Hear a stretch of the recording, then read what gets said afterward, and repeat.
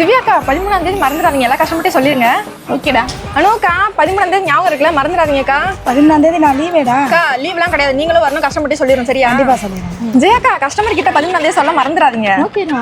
அக்கா 13ஆம் தேதி ஞாபகம் இருக்குல்ல, எல்லா கஷ்டப்பட்டு சொல்ல மறந்துடாதீங்க. ஆல்ரெடி சொந்த கரெக்டா சொல்லிட்டேன்டா. அக்கா சூப்பர் தமிழக்கா 13ஆம் தேதி ஞாபகம் இருக்குல்ல, கஷ்டப்பட்டு சொல்ல மறந்துடாதீங்கக்கா. ஓகே.